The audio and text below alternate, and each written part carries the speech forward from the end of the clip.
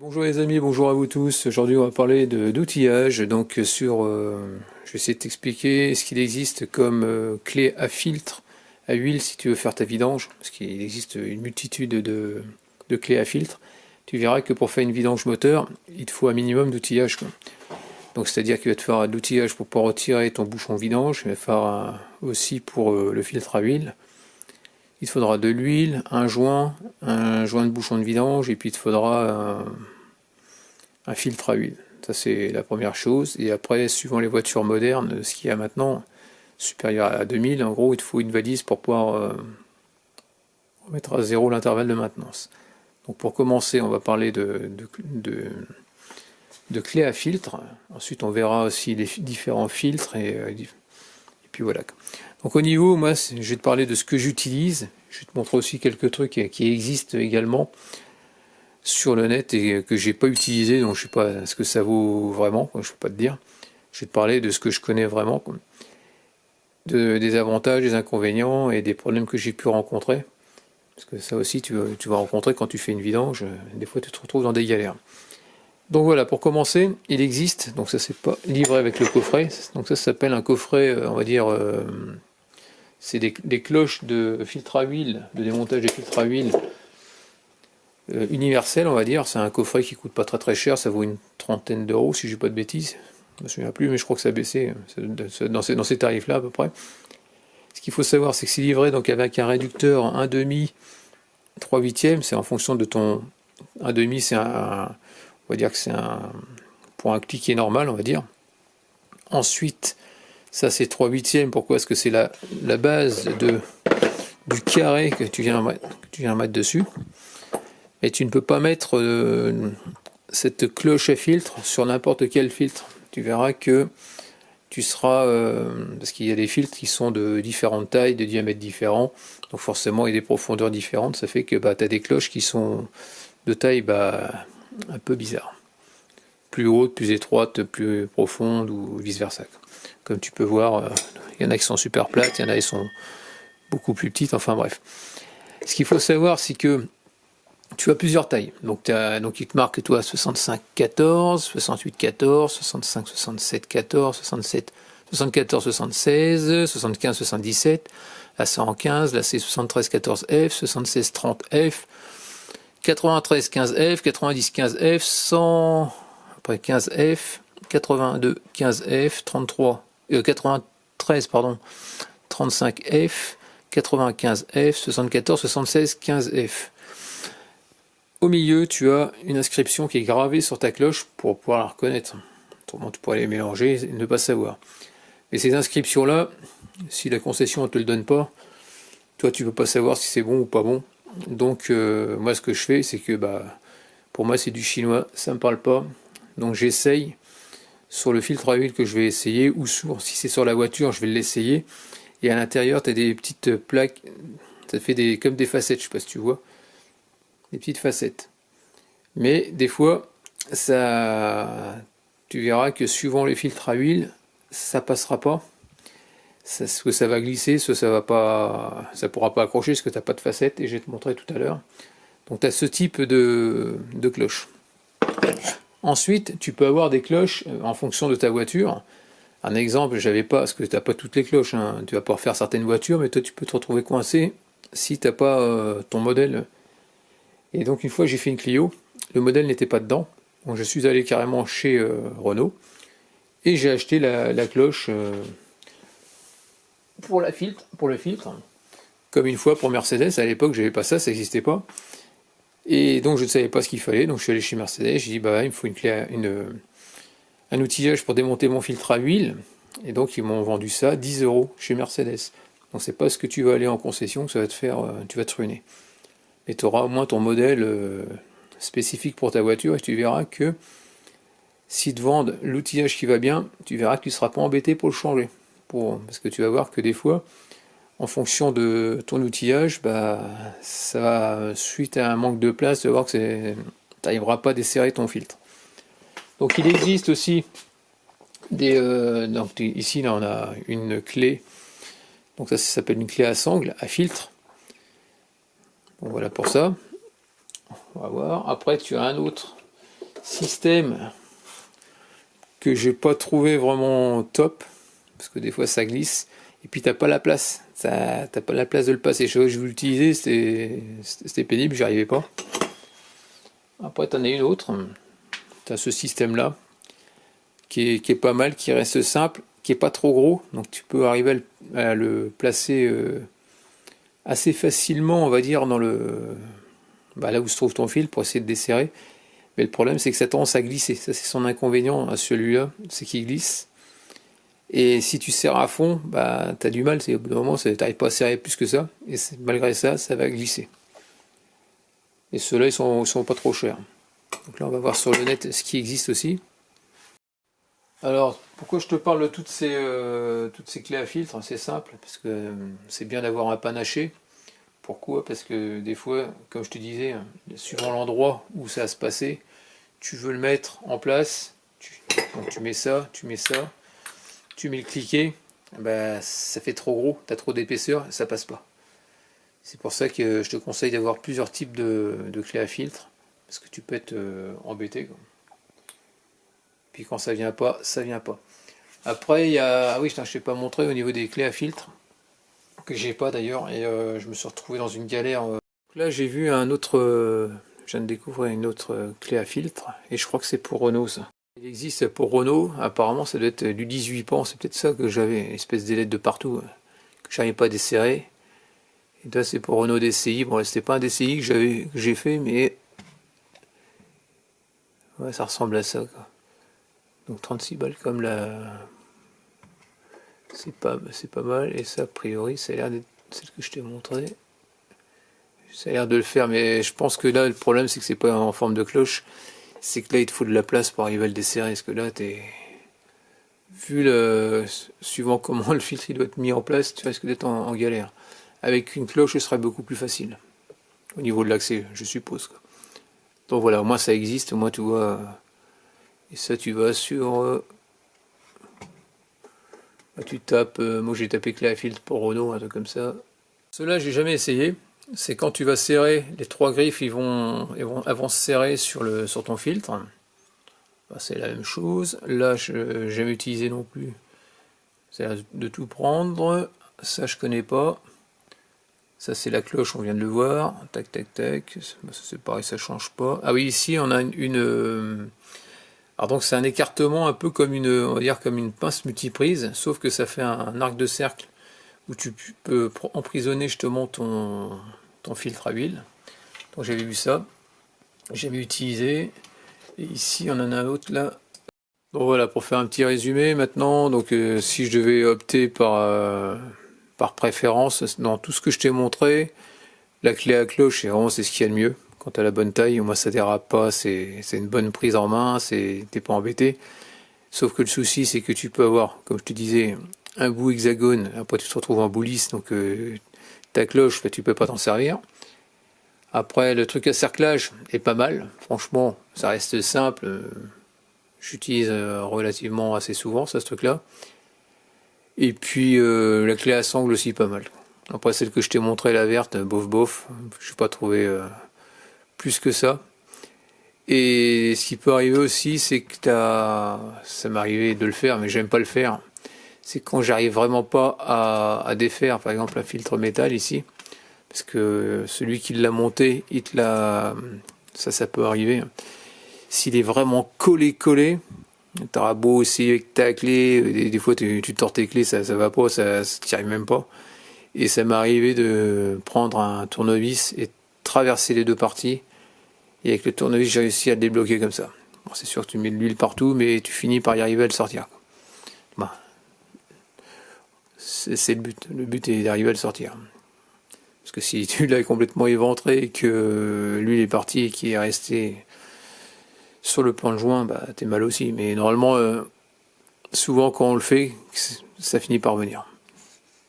Donc tu peux avoir des filtres, comme je te disais, de plusieurs diamètres, plus courts, suivant le modèle. Tu as ça. Ensuite, on va trouver donc ah oui, je t'ai pas dit. Ici, on peut voir que là, c'est tout rond, c'est tout lisse. Et puis tu peux te retrouver, par exemple, avoir un tout lisse comme ça. Et tu vas remonter, alors suivant les marques, avoir un autre modèle, c'est-à-dire avec un modèle à facettes. Donc si tu l'as desserré avec par exemple avec un truc à facettes et que là après au final tu veux remontrer un truc qui est complètement lisse, bah ta cloche elle va pas, tu n'arriveras pas à le resserrer, quoi. Donc voilà, faire attention à voir bien ce qu'il faut et en fonction de ce que tu vas racheter, de pas te tromper, sinon si t'as pas la clé, bah tu vas être en kikiné pour pouvoir remettre ton filtre en place. Après on a ce type, donc c'est du filtre papier qu'on peut trouver par exemple sur Mercedes, sur je crois que c'est sur Audi, des choses comme ça. Enfin bref, t'as plusieurs marques qui le font, hein. Et c'est en gros tu vas avoir on aura tendance à trouver ce genre de chapeau en PVC. En gros ça va faire comme un tube métallique, avec un chapeau que tu vas desserrer. Une fois que ça sera desserré, tu retires ta cartouche, tu la remets dedans, tu changes le joint de cloche, tu changes des fois tu as un petit joint à l'intérieur à changer, comme sur Mercedes où tu en as 3 par exemple. Et après tu viens resserrer pas trop fort, parce que comme c'est du plastique assez dur, qui risque de casser si tu forces de trop. Donc voilà, moi j'aime bien parce que ce genre t'as moins de risque d'avoir de fuite qu'un truc métallique. Si tu viens trop serré ou pas assez serré, t'as toujours peur que l'huile elle parte et que tu casses le moteur, quoi, si tu fais pas attention. Parce que là, une fois que c'est dans un tube, que le bouchon il est par en haut, là au moins tu vois tout de suite si c'est pas étanche. Mais je préfère ce système là, quoi, en tout cas. Ça c'est ma préférence à moi. Donc là maintenant on va parler de récupérateur d'huile. Donc pour récupérer ton huile de vidange, forcément il faut que tu enlèves un bouchon. Tu enlèves le bouchon qui se trouve au niveau du carter pour que ça puisse couler, mais pour que ça puisse couler dedans, il faudra que tu enlèves ce petit bouchon là et la mise à l'atmosphère. Voilà. Alors, il y a un inconvénient comme tout. Le problème à long terme, ici, c'est plus très étanche. C'est ce que j'ai remarqué à force d'utiliser. Donc ça c'est un bac récupérateur d'huile Noroto. Donc l'avantage et l'inconvénient, c'est que suivant ce que tu vas vidanger, par exemple, parce que moi je l'utilise pour les boîtes de vitesse, j'utilise pour pas mal de choses. Alors déjà pour commencer, il faut bien ouvrir ça, parce que si tu l'oublies, la mise à l'atmosphère, si ça coule trop fort, ça va vite se remplir et ça peut déborder. J'ai fait une fois une grosse erreur, c'est que le problème c'est que suivant la viscosité de ton huile, par exemple si tu fais de la 540, ça va être bon. La 1040, il n'y a pas de problème, c'est assez épais si tu veux, ça va couler assez doucement. Ça coule vite mais doucement on va dire. Et le souci c'est qu'une fois j'ai fait je sais plus si c'était la 530 et c'est assez liquide, quoi. Et le problème c'est que ça coule trop vite et après ça monte super vite et ça a un coup est-ce que ça déborde. Et pour un peu aussi que tu as un truc qui m'était arrivé aussi, c'est j'étais en train de faire une Audi B7 si je me souviens bien, et le moteur il était chaud, j'ai voulu vidanger l'huile et l'huile elle a coulé et je me suis cramé le doigt et le réflexe c'est de lâcher et le bouchon de vidange il est tombé à l'intérieur. Alors là c'est galère parce que le problème c'est que t'as toute l'huile usagée qui est dedans, ton bouchon il est tombé dedans, il faut que tu le récupères, donc il faut que tu ailles le vider sans le faire tomber dans un gros bidon. Enfin ouais, c'est tout un sketch pour arriver à récupérer cette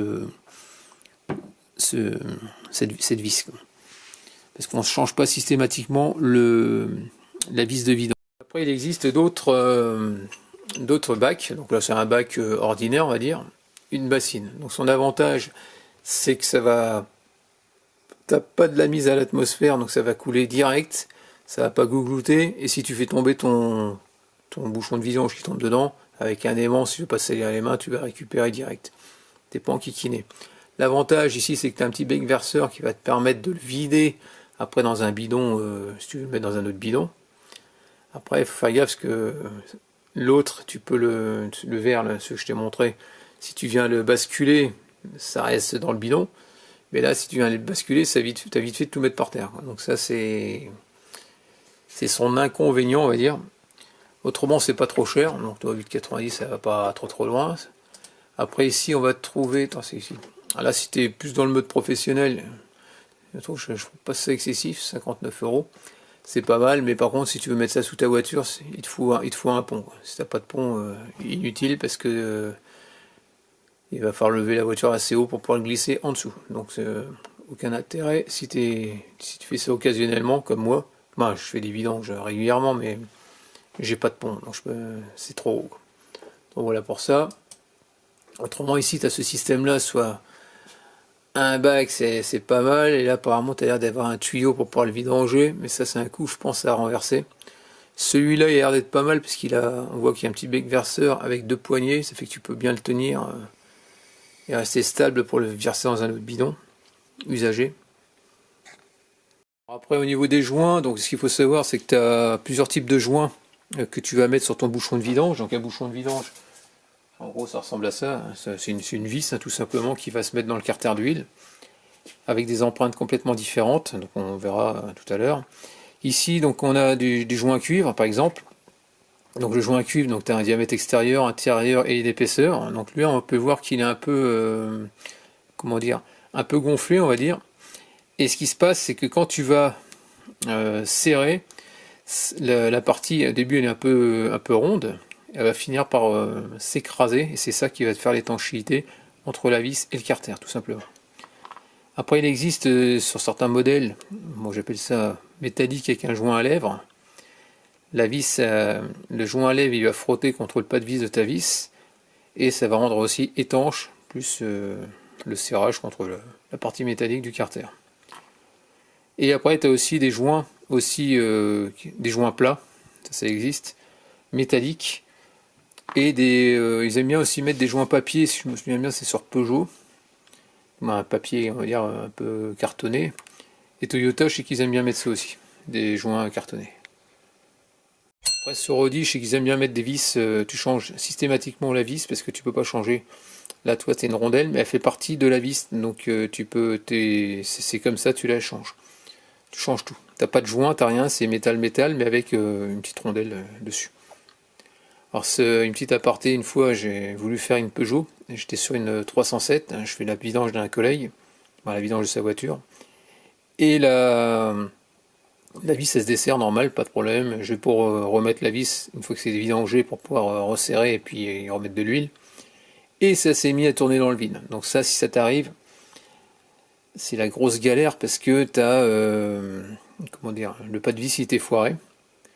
Et ça venait pas de moi, c'est que il y a ça s'est fragilisé, je sais pas qu'est-ce qui s'est passé. Et donc ça tournait dans le vide, donc pas moyen de mettre de l'huile, sinon ça allait couler avec les vibrations. Et j'ai réussi sur 307 à mettre donc j'ai pris le diamètre, parce que donc là c'est je sais plus c'est du combien, c'est du 14 ou 16, je sais plus exactement. Et quand tu veux refaire un filetage dans ce diamètre là, c'est un truc bien spécifique parce que au niveau de la taille c'est trop gros, quoi.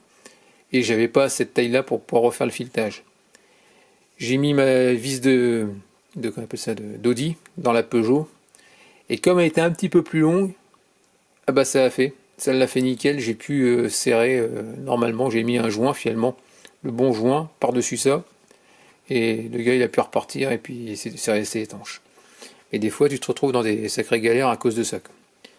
Donc si ça t'arrive que t'as pas de solution, là t'es bon pour changer un carter d'huile avec un nouveau pas de vis tout neuf, quoi, tout simplement. Donc ça veut dire vidange, tout vidanger, vidanger l'huile moteur, virer l'ancien carter, le resserrer correctement avec un nouveau joint. Et puis donc voilà, si tu sais pas faire, plus le temps de commande, le temps que ça arrive, le temps que tu le remontes, il se passe un certain temps. Et si tu as besoin de la voiture, t'es mal. Donc voilà pour ça. Donc là, je vais te montrer quelques exemples de ce qu'ils peuvent vendre pour pouvoir défaire les bouchons. Donc il y a l'outillage qui va te servir à défaire les bouchons de vidange. Bon, ça tu le trouveras pas dans le commerce, ça c'est un carré, j'avais récupéré dans la marine nationale. Ça me servait à enlever des grosses vis et des gros carrés de pont, c'est-à-dire avec des empreintes comme ça, on va dire, avec des gros carrés comme ça. Donc ça, je l'utilise énormément là-dessus. Donc je l'ai adapté. Je l'ai adapté parce que c'était un peu plus gros. C'est du Facom en plus. Et donc voilà. Donc là, moi j'arrive à faire beaucoup de voitures grâce à cette empreinte-là. Après, t'en as d'autres. C'est des carrés comme ça. Bon, c'est la même chose. C'est ce qui est vendu dans le commerce. Mais tu as des tailles différentes. Et celle-là, je crois que j'ai dû la limer un petit peu. Si je me souviens bien, parce que ça passait pas dedans. C'est pareil, c'est une empreinte carrée. Ensuite, on va trouver d'autres bouchons en style étoile. Toi, tu as un peu toutes sortes d'empreintes, donc il te faudra un embout forcément étoile. Comme ça. Après, tu vas avoir, bon, ça c'est pareil, c'est un carré. Autrement, tu vas trouver l'hexagone hexagonal, avec une clé plate, une clé à douille, c'est mieux, pour être sûr de ne pas l'arrondir. Donc toi, tu en as des plus petites hein, en taille. Et autrement, qu'est-ce que j'ai pu rencontrer? Il me semble que j'avais eu une fois du BTR. Attends, ici, toi, c'est un carré ou une étoile, je sais plus. Non, lui, il est bizarre. Il est bizarre. Et après, ça, par contre, je trouve pas, je m'en sers jamais. Ils te vendent ça, mais je trouve ça nul parce que c'est jamais les bonnes empreintes. Et des fois, tu crois que ça va te sortir de la panade, mais je m'en suis jamais servi. Bah, franchement, achète pas ça. Ça sert à rien. Après, tu peux avoir des empreintes style BTR. Et en fonction des marques, en fonction des voitures, tu auras toujours des empreintes complètement différentes sur les bouchons de vidange. Tout simplement. Donc franchement, c'est bien d'avoir un panaché où avant de commander, bah, tu regardes ce que tu as monté sur ta voiture, au moins tu n'auras pas de soucis. Ça t'évitera d'avoir des problèmes, parce qu'une fois que tu as vidangé et que tu n'arrives pas à remonter, bah, et que tu as besoin de la voiture, là t'es mal. Bon voilà pour le remplissage, il te faudra juste un entonnoir tout simplement, et puis voilà quoi. Bon après, ce que je t'ai pas dit, on parlait d'intervalle de maintenance à remettre à zéro, donc là il te faudra une valise Diag qui puisse faire du moins cette manip pour te remettre à zéro. Après, si tu n'as pas de valise Diag, que tu veux pas investir, parce que aussi le problème des valises Diag, c'est que tu veux faire une remise à zéro, mais des fois cette valise elle va pas trouver ta voiture. Je sais comme un exemple sur Peugeot. Ça c'est la croix et la bannière à chaque fois pour essayer de se connecter parce que t'as pas les autorisations de celui qui a par Peugeot sur les valises qui vont bien. Suivant ce que t'as beau acheter une valise toi par exemple, j'en ai une à 4000 balles, j'en ai une à 300, j'en ai une à je sais plus à 200, un truc comme, non, une à 600, une à 200. Et des fois, par exemple, avec celle à 200, je vais arriver à me connecter pour remettre à zéro du Peugeot, par exemple, un modèle bien précis, et celle à 4000 balles, je vais pas y arriver, quoi. Et vice versa. Donc si un jour t'arrives pas, par exemple tu dis j'ai pas envie de me ruiner à faire une vidange par un garage, tu peux la faire toi-même et après tu vas trouver un garage qui veut bien te remettre à zéro ton intervalle de maintenance. Soit tu vas payer 25 euros, moi c'est ce que je faisais quand j'avais pas de valise, j'allais chez AD à côté de chez moi, il me faisait payer 25 euros, il me remettait à zéro mon intervalle et j'ai payé 25 euros, mais la vidange, au lieu de payer 400 euros une révision chez Mercedes, bah, je l'ai faite, quoi. Donc j'ai juste payé 25 euros plus l'huile et ce qu'il y avait à faire, quoi. Donc t'es pas obligé de te ruiner et d'acheter en achetant une valise, quoi. C'est comme tu veux, quoi. T'as toujours moyen de trouver quelqu'un qui te remette ton intervalle de maintenance juste après à zéro, voilà. Donc là je pense qu'on a fait le tour sur s'il y a besoin de te lancer dans une vidange. Donc en espérant que cette vidéo t'ait plu, n'hésite pas à me laisser des commentaires avec des j'aime ou j'aime pas, comme d'habitude, pense à t'abonner, actionne la cloche de notification si tu veux voir d'autres vidéos de ma part, et puis je te dis à très bientôt.